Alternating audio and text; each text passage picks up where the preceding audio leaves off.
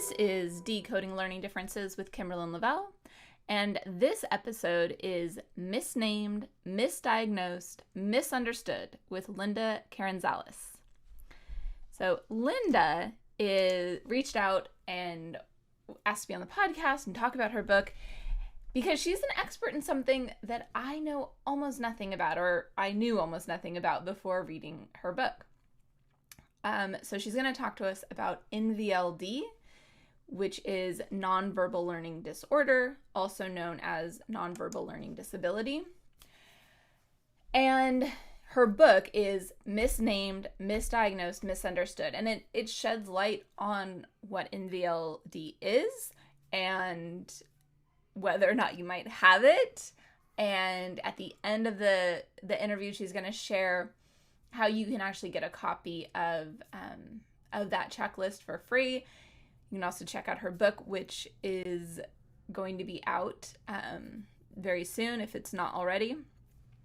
And so Linda is an ADHD and NVLD expert. She's known in the field as the Brain Lady, and she considers herself a special education pioneer. She's a former special education teacher with over 25 years of experience in learning disabilities, ADHD, social emotional learning, social skills training, and behavior management. She has both NVLD and ADHD, and she established the Advantages Learning Center in 1997. It was the first in New Jersey to offer social skills training and brain training for executive functioning and cognitive processing skills. And she'll be talking to us today primarily about the book and about NVLD and her own experiences, what led her to write the book. And I'm excited to share with you something new and interesting that we haven't talked about before. So enjoy this interview with Linda Karanzalis.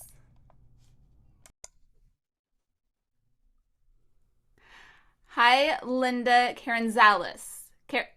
Karanzalis. That's okay. Everybody does that. Well, thank you so much for being on today. We are very excited to hear from you on a new topic that we have not covered in this podcast at all, and hear a little bit about your story and your book. So let's start with, in the intro, we've talked about kind of your background and the book. Yeah. So what inspired you to write this book? Well, I'm 58 years old now. I guess I shouldn't tell that, but all right, it's out of the bag. But when I was growing up, I was in a lot of pain in my childhood, my teen years, my early adult years. I mean, I just didn't know what was wrong with me. I was in despair. It's an invisible disability. And so I'm comparing myself to everybody else. Like, why can't I do things that they can do that are, so painful for me and so hard to do? Because NVLD, nonverbal learning disorder, is it's different from other learning disabilities, and it can be quite impairing, especially for me then, because we didn't know anything about it. So it's better today because now we have more awareness. So my goal was, I don't want anybody to go through what I went through. And if I can save people pain and years of frustration with this book by, what I learned the hard way. And I guess my message is that, I want to validate people that you're not crazy, you're not doing anything wrong, you're not overthinking, you're not imagining things, because I would tell people and they wouldn't understand because I'm very well spoken, which is part of NVLD, which we'll get into. Yeah. And you can't tell by talking to me or anybody with NVLD. So that would be, I want to bring awareness to everyone. I want to bring attention to it.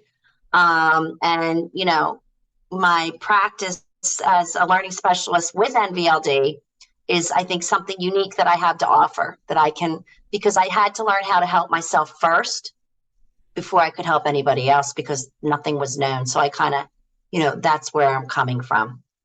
Right. So when did you realize that there was something different about yourself? I knew when I was a little girl that something wasn't right in kindergarten. I knew, but I didn't know what it was. I knew that I wanted to talk more than I knew how to play with others. So when I was in kindergarten, I remember the kids would be playing and in the kitchen, playing house. I didn't know how to do that. That's part of the what I'll explain later. So I would talk to them about how my mom would cook and make things in the kitchen. Well, they didn't want to hear that. Instead of playing in the kitchen and, role playing. So I knew then that something was wrong, but I think I really got it when I was 7, which is, you probably read that in the book, about the tulips. My mother's from Holland and she loves tulips. We had beautiful tulips growing up. And so I thought, this will make her happy. I'm going to pick her the tulips. So I went and I chopped them all off at the tops of the heads. And I gave them to her. She didn't tell me she was mad. She just said, why did you pick them? And I said, because I know you like them and I thought it'd make you happy, And she said, well, I like them better in the ground, but I guess I'll have to enjoy them this way. So I had given her a bowl with the tulips heads. I handed her the rest and she put all the tops and bowls around the house. So I'm thinking, okay, we're good. And then the next day I said, I'm going to do the other side of the yard, the front of the yard. And I went and I gave them to her and she started yelling at me. And you're not supposed to do that. I didn't know I wasn't supposed to do that because with nonverbal learning disorder, we don't pick up nonverbal communication. So although her words did not say, I am angry, do not pick the tulips, on her, I'm supposed to read body language, which, you're expected to do, which research says approximately, there's all different types of research and numbers, but approximately 93% of communication is nonverbal, meaning body language, facial expressions, gestures, tone of voice. So people with NVLD are only getting 7%, and that's the words. So I was going by her words, and her words were, what I had just said. But then I realized I was really ashamed, and I thought, oh, I didn't know that. But again, she was expecting me when, you cross your arms and you're looking at someone like this and you're saying, I really like them better when they were in the ground, and you're looking at, and I just missed the whole thing. And that's when I really knew, but of course I didn't know what it was. And my mom didn't know what it was, So that's kind of when I know. And I had a lot of fear. I was school phobic. I didn't want to go to school because I didn't fit in. I didn't understand what was going on around me because, I wasn't picking it up. Yeah. Yeah. Okay. Oh, well, then I can tell you a little bit more that I was. So then when I was teaching, I kind of realized, you said when something was wrong, I realized in 1991, boy, I'm really dating myself here. In 1991, nobody knew anything about ADHD. And so I was teaching, it was my first year teaching, and nobody really knew nothing about ADHD. It was just in the classroom. I didn't learn about it in college. And one of the parents of the kids that I had, she told me about ADHD because her child had it. And I thought, oh, okay, this explains some of the issues I'm having. And it did explain a lot of the issues because there's a lot of overlap between the two disorders. But it didn't explain why, I was still naive. I was gullible. I was misreading people. People were getting mad at me all the time. And I would ask a lot of questions. And they thought I was trying to be difficult when I was really just trying to understand what they were saying. And so, I would get lost driving in buildings, bumping into things, very clumsy, even unlocking doors sometimes can be difficult. So then it wasn't until I had the rest of the answer until my early 30s when I got diagnosed. So let us know, because I read part of the book, but and so, which I found fascinating, because before this, I really had not heard much of anything about NVLD. So what is it? So NVLD, first of all, it's really confusing because the name of it is nonverbal learning disorder. So what's the first thing when you heard of it? What did you think it was? Because you didn't know anything about it, right? Yeah, well, I kind of went through it, I guess, mentally as like nonverbal. And then, right. So yeah, at first I think of people who were nonverbal. Right. And then I went to all the nonverbal communications, and that's where the disorder is. So it was, but it was like, well, which one are we talking about? Right. So then when I would tell people that I have this, or I would say to parents in my office, I think your child has nonverbal learning disorder, the first thing they say was, what do you mean? my child talks. Or I would even tell other teachers sometimes that I have this, and they were like, what? They didn't even know. So that's part of the problem, is the name right there. And that's, so that's, I guess, like, why there's not much known about it, but I can talk about that later. But it basically is damage to the right hemisphere of the brain, where it connects to the left hemisphere. And there's been a lot of research, and we now have newer research because Columbia University has been doing research to get this into the DSM. So we have updated research, which we'll talk about the DSM. But so it's the connection between the right and the left hemisphere. And so it's a right brain weakness of visual spatial thinking and processing. So think about when we take in information, through our sight and what we hear, our brain has to descramble it and turn it into something meaningful. So it doesn't mean we don't see. Some people might think, oh, that means you don't see, but it's just problem solving and processing visual information. So that's what the impairment is. So then you can understand that you're not processing body language. You're not processing, a lot of visual as well. Solving problems visually. I have a whole checklist in the book, which, I go through everything, where it could be, cutting using scissors.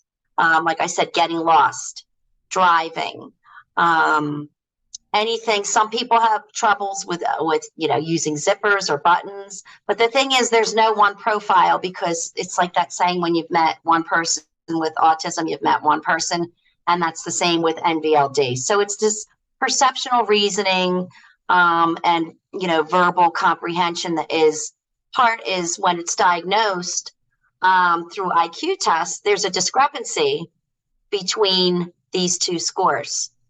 So typically your verbal comprehension is much higher, because people with NVLD are very verbal, as you can tell with me, and can be gifted in verbal. But it's that perceptual reasoning, which is that visual part that is weak. So there's a discrepancy. It used to be, now everything's changed. I think the discrepancy had to be 15 points or higher of this gap.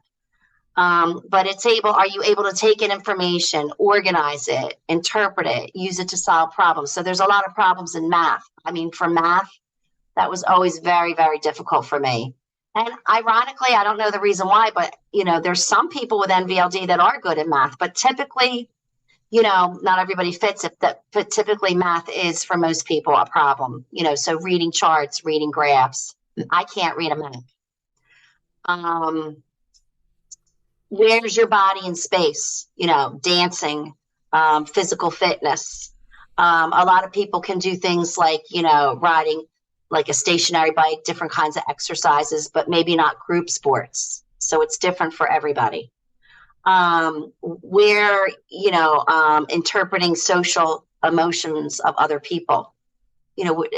Taking that language is very literal. So again, I was asking a lot of questions. Like I had a boy one time that he was younger and said something about it's raining cats and dogs. Well, he thought that he was confused and he was upset. Well, I don't see any cats and dogs, it's like metaphors, and became upset. And then, really had to explain that, because it's very, very literal. Like, did you read the part in the book about what my dad said to me and I took it literal yet?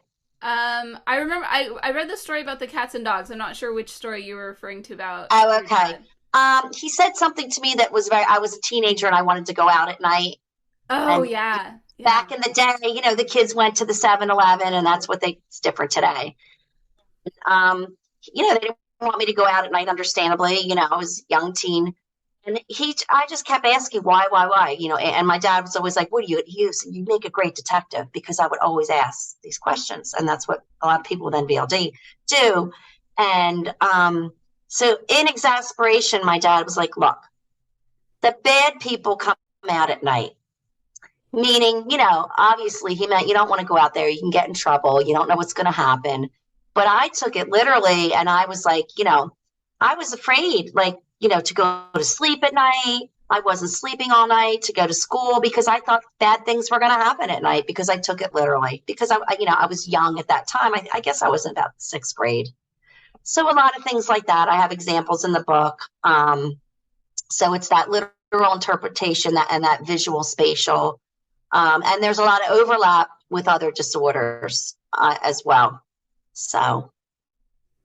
Yeah, I know you talked about that in the book, that it was like the ADHD and the autism have a lot of overlap with NVLD, and then things are misdiagnosed. Right.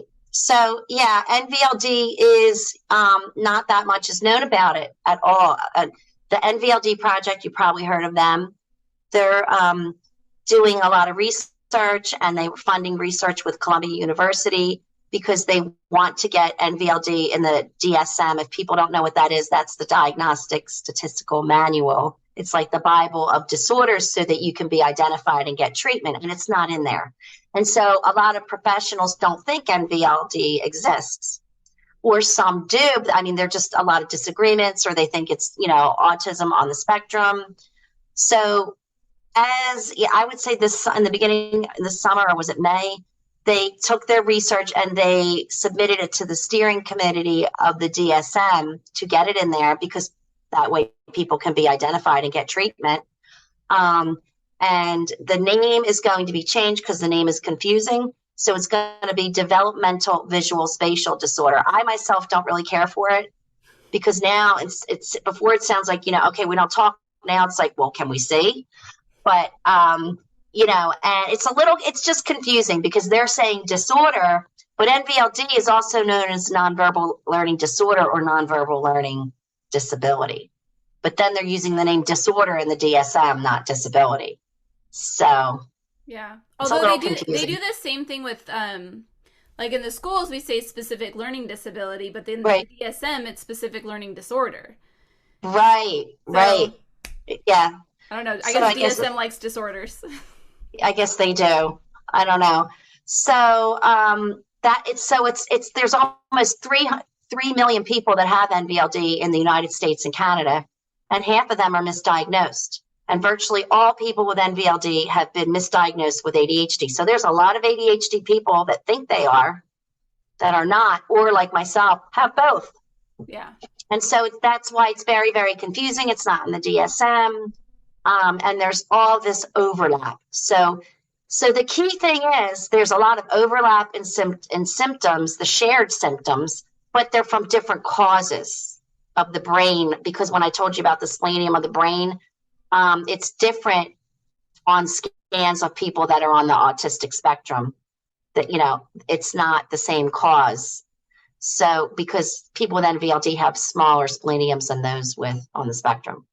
So, and people with NVLD as we said, have very poor visual spatial skills, and people on the spectrum, that's usually a strength. Yeah. And in fact, I've never, until you were talking about it, I've never really thought about that connection between nonverbal social cues and visual spatial awareness. To me, those were different things. When I think about it, it makes sense, but it's right. So, I mean, that's one of the things when you're talking about the other name with the visual spatial being the distinguishing factor. Right. I wouldn't then immediately think that person has any social difficulty. I would think, sure, they get lost, they can't read a map, but it's not a social thing. But so it's interesting, that connection. It is social emotional, really, absolutely. So I can't tell you how many people I've worked with. I mean, I myself didn't want to live. I mean, because this really impacts your life on day. People can't imagine it, but you're so well spoken, and I have a above average verbal IQ. I actually thought that I was intellectually disabled. I did not know what was wrong. It was and I did talk about this in the book, that when I went for a diagnosis, they didn't know what it was because they didn't know anything about it. This is before I got the right diagnosis. And they would not tell me my IQ scores, because she knew, this woman, that if she told me, I'd be devastated. But she also knew that it was incorrect, because the testing IQ was really testing. And this is for people with all learning disabilities. This is just my feeling. There's a lot of varying opinions on IQ tests because we have all different kinds of intelligences. Yeah. But that if she told me, I would have been devastated. But she also knew that it wasn't inaccurate. It was testing my disability. Right. rather than my abilities. And at that time, I worked really hard in college. I didn't have any accommodations. I just knew that I thought I was one of those people. I just have to work really hard. So, but I had learned, by that time in college, I had learned how to deal with it without the accommodations, which is kind of a miracle, but not the social part, just the academic and the executive functioning. And so I was at that point, graduating with honors. So she knew that it was inaccurate. And thank goodness that she didn't give me the score. Yeah. Yeah. So then I did get properly diagnosed later. Yeah. But the emotional can be very, very devastating because people, don't realize that, it's invisible. And what you're doing is masking, just like people on the spectrum. So you're exhausted by the end of the day because you're wearing all these different masks to cover it up, and people are still doing that are neurodivergent with neurotypicals. Right. Right. So what is your approach when you're working with these kids? What is your approach? What do you do? What I had to do is I kind of say that jokingly I'm a pioneer, and that now I have a Facebook group called NVLD Pioneers, and that's for parents and adults with NVLD, because I felt like a pioneer because I did not know how to help myself and there was nobody to help me. So I refer to people that have NVLD now as pioneers because they're paving the way for the future, and they're the courageous ones, that I'm encouraging and empowering as well. So I was teaching special ed, and I started noticing that something isn't right here. Like that's my dog, I'm sorry. When you have all these learning disabilities, I was realizing that some of these kids did not fit it. Like I had one kid that I could see the social differences where he was taking me literally. So I just started keeping notes, and I'm like, this is a lot like me. This isn't before I really didn't know I had it. And then, of course, kids with, just learning disabilities, executive functioning problems. I could not help them in the school the way I wanted to. You could probably tell I'm very passionate and driven about this. This is why I live my life this way. It's the purpose. And I couldn't help them because the public school doesn't deal with, these social emotional issues, maybe now a little bit more. And I wanted to do something more progressive based on science. I really wanted to make a difference. And so I had tenure and I left and I took the risk. And then I started teaching them not strategies, because strategies, everybody's using executive functioning today. It's not a new term. We've known about it for years. It's just that people are more aware of it today. Yeah. But basically, it's the way you process information that you're you're unable to process it, and it affects your functioning.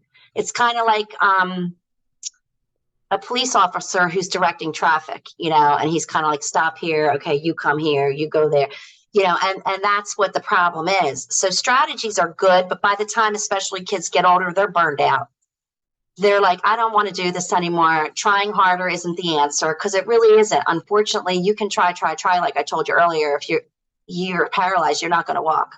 Right. I mean, you might be able to get to a cane, but if you're severely paralyzed. So I realized these strategies were not going to the root of the problem. So then you'd have kids, and you probably see this in your work, that, now you have a 9th grader that's maybe on a 4th grade reading level. Well, what happened to all those years of instruction? Why did they not catch up?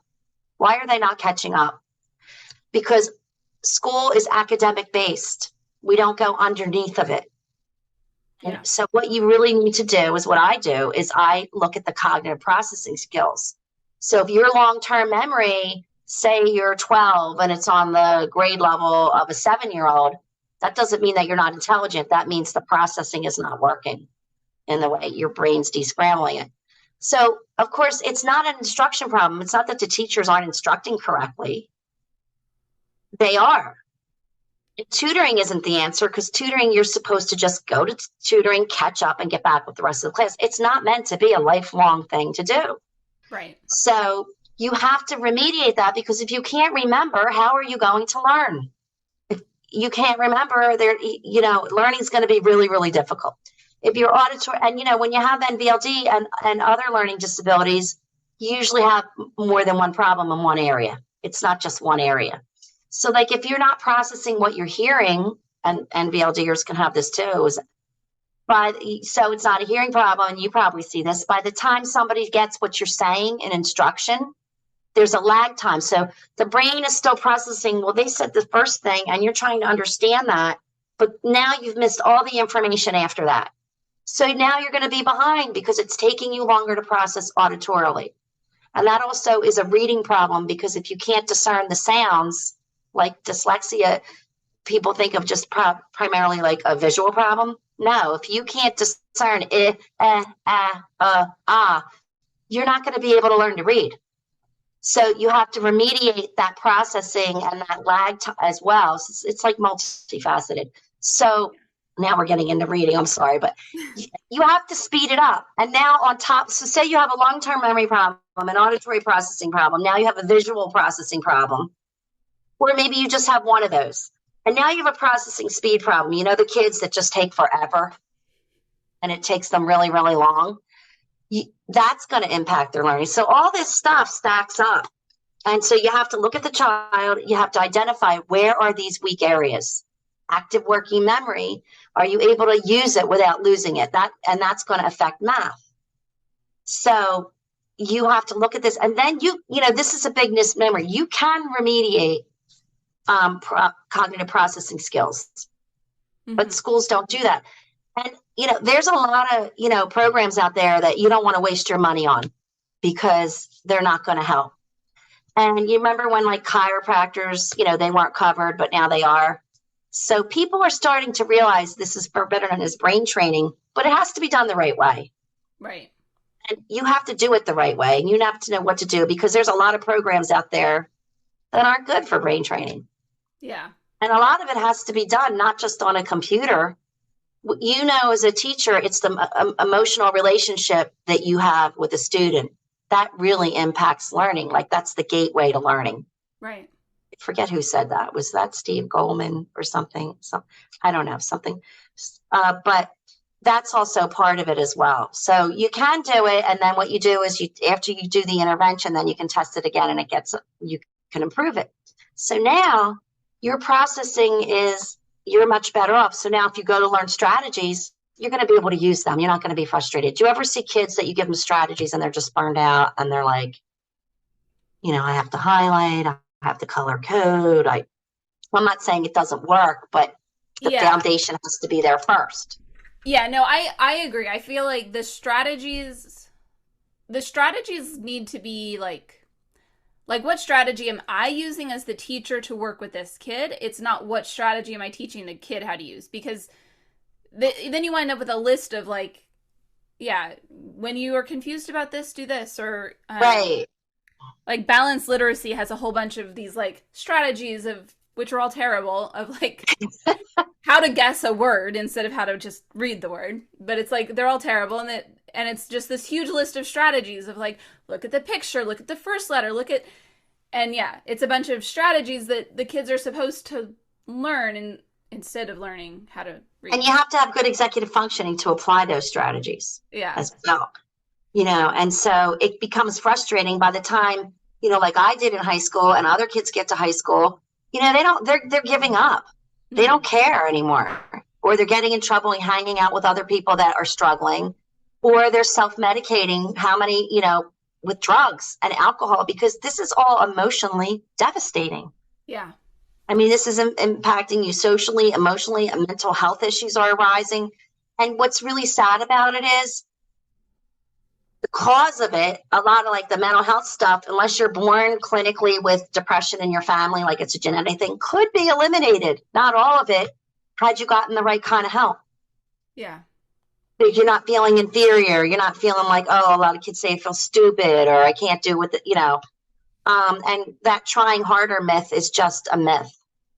Right. It's so it is devastating. So this also helps mental health, because think about when you're driving, when you learn how to drive.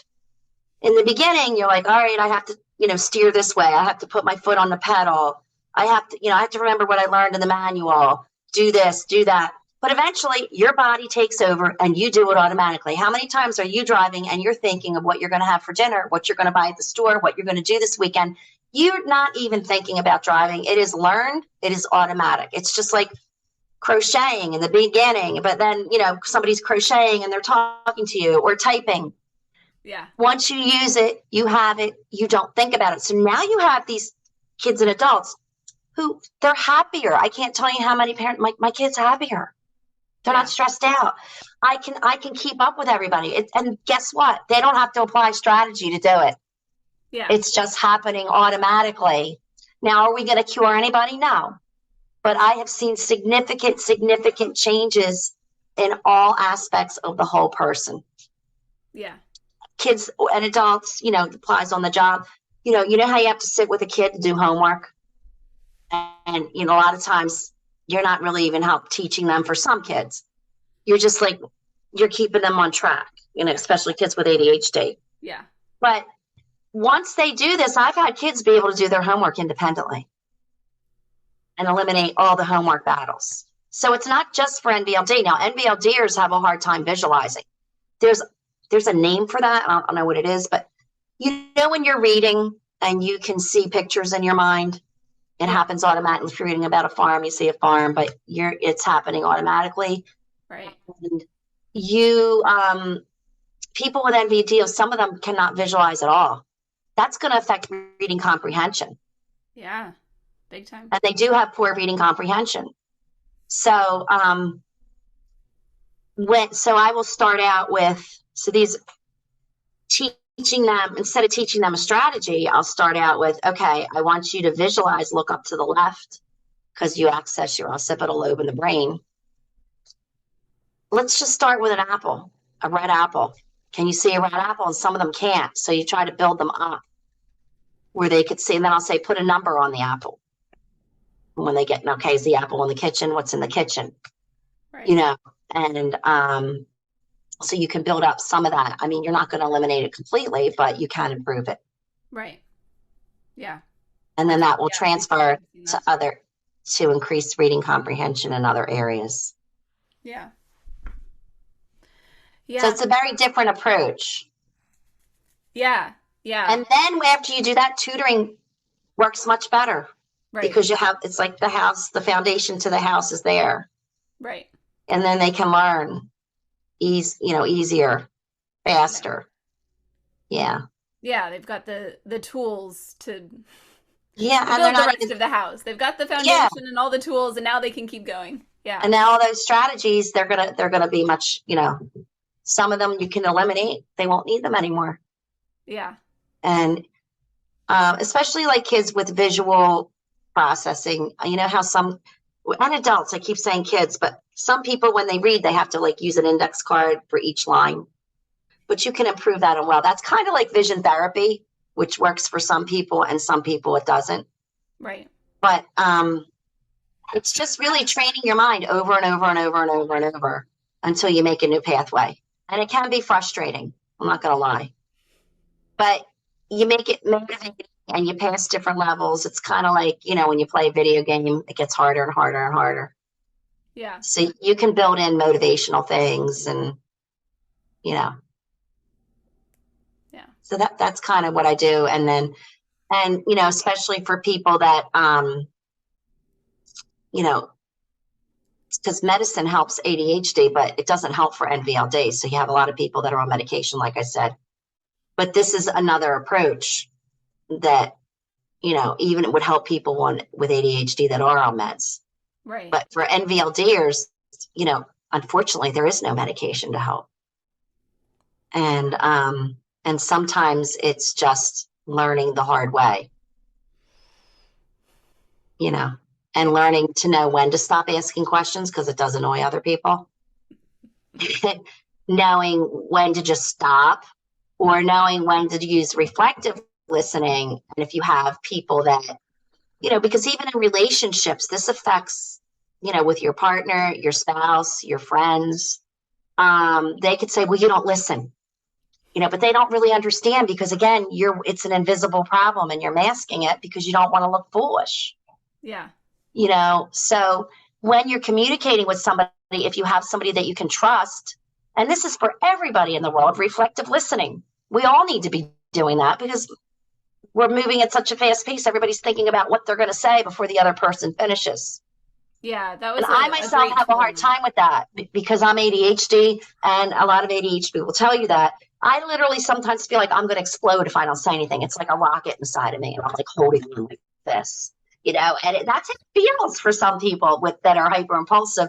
Or by the time it's your turn to talk, your mind goes blank and you don't know what you want to say.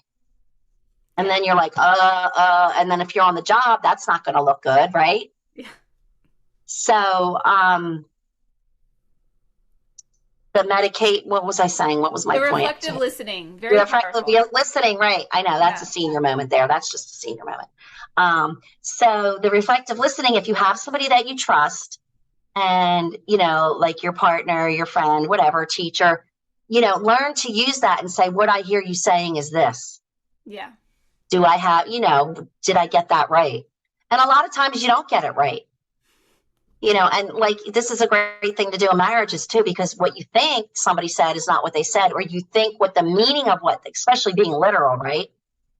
Like you're going to hold your partner to everything they said. Well, you didn't say that. You told me this. And then you start asking them the same thing, but asking different questions, which will drive somebody crazy.